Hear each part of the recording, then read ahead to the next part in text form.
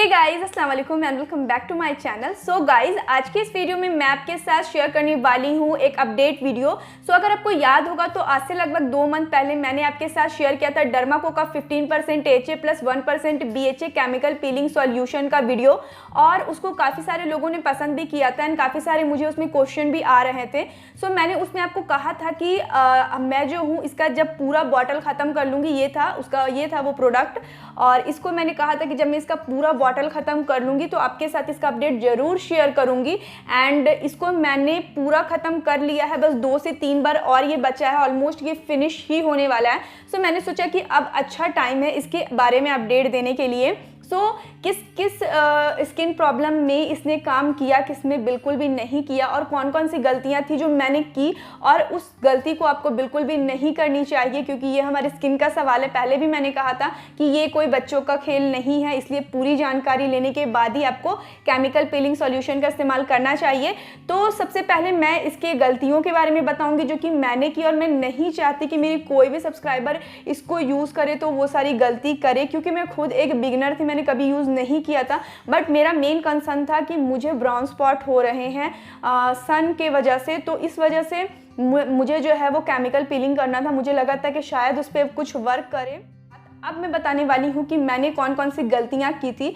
तो सबसे पहले मैंने सोचा इसको लगाने के टाइम, मतलब कि मुझे 1 मंथ हो चुका था, और मैंने सोचा कि चलो अब इसको मैं वीक में 2 बार लगा के देखती हूँ। तो 5 दिन के बाद मैंने फिर से इसको अगेन लगाया। मेरी स्किन इसको टॉलरेट नहीं कर पाई, मेरे चिक्स एरिया पे काफ़ी ज़्यादा रेडनेस हो गई थी इसको लगाने के बाद, और मैं काफ़ी ज़्यादा डर गई थी। तो फिर मैंने इसको फिर दोबारा कभी नहीं लगाया। इसलिए अगर आप एक बिगिनर है तो कम से कम 3 या 4 या 5 मंथ के बाद ही आप इसको वीक में 2 बार लगाएं। अदरवाइज आप इसको टोटली अवॉइड करें, 1 वीक में सिर्फ 1 ही बार लगाएं। मोस्ट इंपॉर्टेंट चीज़ मैं आपके साथ बताना चाहूँगी, मेरा एक्सपीरियंस, कि मैंने क्या किया था कि इसको जो है 10 मिनट्स का टाइम रहता है, उसके बाद आपको वॉश ऑफ कर लेना होता है। लेकिन मैंने क्या किया कि मैंने 10 मिनट से ज़्यादा इसको रख लिया था। आई थिंक कि मैंने 12 to 13 मिनट इसको रख लिया था। एंड उसके बाद जब मैंने अपने फेस को धोया, मेरा फेस इतना ज़्यादा रेड हो गया था, इतना ज़्यादा रेड कि मैं तो एकदम डर गई थी कि अरे ये क्या हो गया, मेरा फेस इतना ज़्यादा रेड कैसे हो गया। और फिर जलन भी हो रही थी, हल्की हल्की जो है वो टिंगलिंग सेंसेशन हो रहा था। मैं काफ़ी ज़्यादा डर गई कि ऐसा नहीं कि मेरी पूरी स्किन जल जाए, ख़राब हो जाए, अरे अब मैं क्या करूँ। तो मैं काफ़ी ज़्यादा परेशान हो गई थी। तो फिर उसके बाद मैंने क्या किया था, खूब सारा मॉइस्चराइजिंग क्रीम लिया था, और उसके बाद उसको लेयर की तरह अपने पूरे स्किन पे लगा ली थी। एंड उसके आधे घंटे के बाद जो है मेरा ओरिजिनल जो स्किन का कलर है वो मुझे लगने लगा, एंड थोड़ी सी जो टिंगलिंग सेंसेशन है वो भी कम हो गई थी। तो एक बात का आप हमेशा ध्यान रखें, प्लीज़ 10 मिनट से ज़्यादा इसका इस्तेमाल ना करें। सो गाइज, अब हम बात करेंगे कि कौन कौन से ये स्किन इश्यूज़ में काम करेगा, कौन कौन से स्किन इश्यूज़ में ये बिल्कुल भी काम नहीं करेगा। सो मैं अगर अपना मेन कंसर्न बताऊं कि मैं इसको क्यों यूज़ कर रही थी, तो मैं इसलिए इसको यूज़ कर रही थी क्योंकि मुझे जो है वो ब्राउन स्पॉट की प्रॉब्लम हो रही है। मेरी स्किन जो है वो नॉर्मल टाइप है और एक्ने प्रोन वाली नहीं है, ऑयली कॉम्बिनेशन इस तरह की मेरी स्किन नहीं है। मेरी स्किन नॉर्मल है और काफ़ी हेल्दी है, मैं खुश हूँ अपनी स्किन से। बट मुझे जो है वो थोड़ी सी पिगमेंटेशन है माउथ के अराउंड। ऑलमोस्ट जितने भी इंडियन होते हैं, इंडियंस की जो है वो स्किन होती है थोड़ी सी पिगमेंटेशन वाली। सो मेरी भी पिगमेंटेशन थोड़ी सी माउथ के अराउंड है, तो मैं इसलिए इसको यूज़ कर रही थी। और दूसरा जो मेरा था कंसर्न वो था कि ब्राउन स्पॉट मुझे हो रहे थे सूरज की रोशनी की वजह से। तो सनलाइट में काफ़ी ज़्यादा स्किन डैमेज होती है, आप लोग सभी को पता होगा। तो फिर मैंने इसको इसीलिए लिया था, मैंने सोचा था कि ये शायद अच्छे से काम करेगा, मेरे अपर लेयर की जो भी प्रॉब्लम है इसको रिमूव कर देगा। सो सबसे पहले अगर मैं बोलूँ कि इसने ब्राउन स्पॉट में कितना काम किया मेरा, तो अगर मैं 100% में बोलूँ कि कितना काम किया, तो इसने 80% बिल्कुल भी काम नहीं किया। जी हाँ, 80% बिल्कुल भी काम नहीं किया। 20% इसने जो है वो लाइट किया होगा मेरे ब्राउन स्पॉट को। अदरवाइज़ वो फेस पे अभी भी विजिबल है, वो दिखते हैं, नज़र आते हैं। तो मैं आपको यही बोलूँ कि अगर आप जो है वो ब्राउन स्पॉट को हल्का करने के लिए लेना चाहते हैं इसको, तो ये जो है वो उतना ज़्यादा वर्क नहीं करता है। और हो सकता है मे बी लॉन्ग टर्म में और यूज़, बट 2 या 3 मंथ बहुत ज़्यादा होते हैं आपके किसी भी इश्यूज़ को ट्रीट करने के लिए। सो 20% इसने काम किया, अदरवाइज़ मेरे जो ब्राउन स्पॉट है वो मुझे अभी भी नज़र आते हैं। नेक्स्ट जो अगर मैं बोलूँ कि ये स्किन के पिगमेंटेशन को दूर करता है या नहीं करता है, तो स्किन के पिगमेंटेशन में अगर मैं बोलूँ 100% में इसने कितना काम किया मेरे स्किन पे, क्योंकि मेरी भी जो स्किन है वो माउथ के अराउंड थोड़ा सा पिगमेंटेशन मुझे भी है, तो ये जो है पिगमेंटेशन पे वर्क नहीं करता है। हाँ, ये पिगमेंटेशन पे वर्क नहीं करता है। मैं अगर बोलूँ तो इसने जो है 80% उस पर भी काम नहीं किया, 20% 25% मैं बोल सकती हूँ कि इसने वर्क किया है। मतलब थोड़ा बहुत हल्का फुल्का ही असर मुझे लगा अपने पिगमेंटेशन पे, अदरवाइज मुझे अभी भी ऐसा कुछ नहीं अपने स्किन पे चेंजेस मतलब लगता है पिगमेंटेशन को लेके।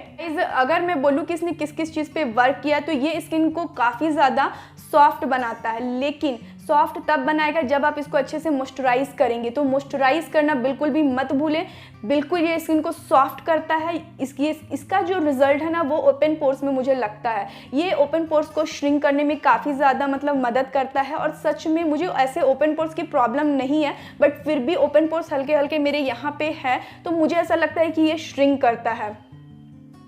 और एक चीज़ मैं ये भी बोलूँगी कि स्किन को जो है वो थोड़ा सा ब्राइटन करता है। आपकी स्किन जो है वो अलग से एक लुक लगता है, अलग से एक ग्लो टाइप का लगता है, आपकी स्किन को ये ग्लोई भी बनाता है। एक चीज़ और मैं बोलूँगी गाइस कि ये जो है वो स्किन के टेक्सचर को इम्प्रूव करने में काफ़ी ज़्यादा हेल्पफुल मुझे लगा, क्योंकि जो एक खुरदुरापन होता है ना वो स्किन से ये गायब करता है।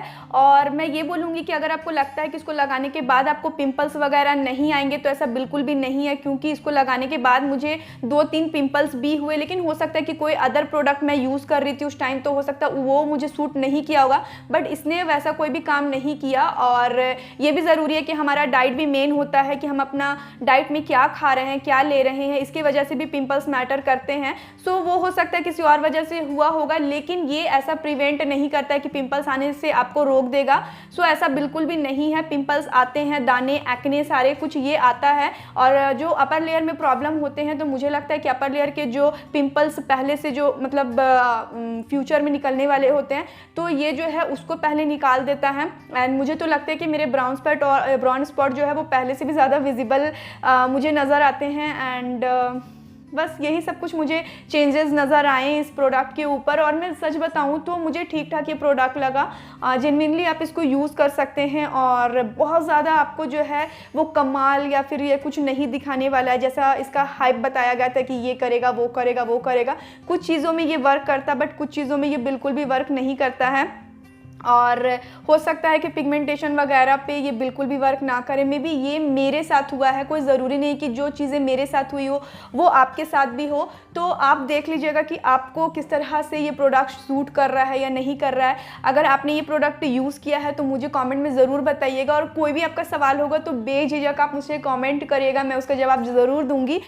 सो गाइज़, मैं सबसे पहले आपको यही बोलूँगी, जब भी आप केमिकल पीलिंग सॉल्यूशन का इस्तेमाल करें तो हमेशा कम कंसंट्रेशन वाले से स्टार्ट करें। ऐसा नहीं है कि 20, 25, 30 किसी को भी उठा के आपने कर लिया। अगर आप बिगिनर है, अगर आपने कभी भी केमिकल पीलिंग सॉल्यूशन का इस्तेमाल नहीं किया है, तो आपको जो है वो कम कंसंट्रेशन से स्टार्ट करना चाहिए। जैसे कि मैंने स्टार्ट किया था 15% वाले से।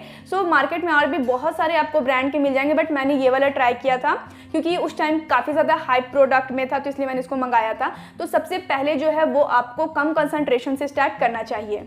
गाइज, नेक्स्ट की अगर मैं बात करूँ तो आपको एक बात का हमेशा ध्यान रखना चाहिए कि हम जो है वो बिगिनर्स होते हैं, और इसके अंदर जो मॉलिक्यूल्स होते हैं वो काफ़ी ज़्यादा जो स्मॉल होते हैं, और वो डायरेक्टली हमारे स्किन के अंदर जो लेयर होते हैं उसके अंदर बैठ जाते हैं। तो एक चीज़ का आप हमेशा ध्यान रखें कि जब भी आप कोई भी केमिकल पीलिंग सॉल्यूशन का इस्तेमाल करें, डायरेक्टली आपको इसके जो ड्रॉप होते हैं उसको अपने स्किन पर नहीं डालना है। आप जब भी इसको डालें तो क्या करना है, आपको अपने पाम पे लेना है, और उसके बाद फिंगर टिप से पूरे आपको स्किन पे फैला देना है। तो ये जो है आपको कम मतलब कि हार्म करेगा, अदरवाइज आपकी स्किन जो है वो खराब भी हो सकती है, क्योंकि इसके मॉलिक्यूल्स बहुत ज़्यादा छोटे होते हैं, डायरेक्टली हमारे लेयर पे जाके बैठ जाते हैं स्किन के। तो इस चीज़ का बिल्कुल ध्यान रखें कि जब भी आप इस तरह की कोई भी केमिकल पीलिंग सॉल्यूशन का इस्तेमाल करें तो उस टाइम पे आपको किसी तरह का कोई भी स्क्रब यूज़ नहीं करना, face pack, face mask use नहीं करना है, क्योंकि हमारी स्किन काफ़ी ज़्यादा सेंसिटिव हो जाती है, तो हमारे स्किन को प्रॉब्लम हो सकती है। अगर आपको यूज़ करना ही है तो इसको जैसे आपने आज लगा लगाया तो कम से कम 4 या 5 दिन के बाद लगाएं। एंड मैं तो आपको यही एडवाइस करूंगी कि अगर आप इसका इस्तेमाल कर रहे हैं तो फेस मास्क और स्क्रब टाइप के जो भी चीज़ें हैं उससे को थोड़ा सा अवॉइड ही करें। पॉइंट है गाइज ये है कि आप जो है किसी तरह का कोई भी अगर आपके स्किन पे ताज़ा पिंपल है, एक्ने है, कट्स है तो प्लीज़ इसका इस्तेमाल मत करिएगा, क्योंकि ये बहुत ही ज़्यादा आपके स्किन पे जलन पैदा करेगा, तो इस बात का ध्यान रखें। सो गाइस नेक्स्ट जो पॉइंट है वो मैं आपके साथ यही शेयर करूंगी, जब भी आप इस तरह के कोई भी केमिकल पीलिंग सॉल्यूशन का इस्तेमाल करें प्लीज़ डायरेक्टली सनलाइट में मत जाना। उससे आपकी स्किन में बहुत सारी प्रॉब्लम हो सकते हैं, पिगमेंटेशन हो सकती है या फिर आपको डार्कनेस का प्रॉब्लम हो सकता है या कोई भी अदर इशू हो सकता है, रेडनेस का प्रॉब्लम हो सकता है, इरिटेशन हो सकता है। तो प्लीज़ आप कम से कम 50 SPF वाले सनस्क्रीन को ज़रूर लगाएं। अगर आप घर पर भी रहते हैं तो कम से कम 30 SPF वाले सनस्क्रीन ज़रूर लगाएं। और सबसे लास्ट जो बात है गाइस वो ये है कि जब भी आप इस तरह का कोई भी केमिकल पीलिंग सॉल्यूशन इस्तेमाल करें प्लीज़, इससे आपकी स्किन काफ़ी ज़्यादा ड्राई हो जाती है, ठीक है ना। इसके एप्लीकेशन के बाद मैं बोल रही हूँ तो उस टाइम पे आपको बहुत ही अच्छे से अपने स्किन को मॉइस्चराइज करने की ज़रूरत होती है। एक अच्छा सा मॉइस्चराइजिंग क्रीम आप ज़रूर यूज़ करें ताकि आपकी स्किन जो है वो हाइड्रेट हो सके। सो गाइज ये था आज का मेरा अपडेट डर्मा को के 15% AHA 1% BHA chemical peeling solution के ऊपर। सो अगर आपने मेरा पहले वाला वीडियो नहीं देखा है, देखना चाहते हैं तो उसका आपको लिंक ऊपर आई बटन और नीचे डिस्क्रिप्शन में मिल जाएगा। गो एंड चेकआउट, आपको बहुत ज़्यादा हेल्प मिलने वाली है उस वीडियो से। एंड गाइज ये था आज का मेरा वीडियो। अगर आपको पसंद है तो do like, share and subscribe to my channel. It's absolutely free and it's mean a lot for me guys and it's mean a lot for me guys and please subscribe to my channel and be a part of my family, be a part of my YouTube family. चलिए मैं बात हूँ next video के साथ, तब तक के लिए टेक केयर, बाय बाय, अपना ख्याल रखिएगा, बाय।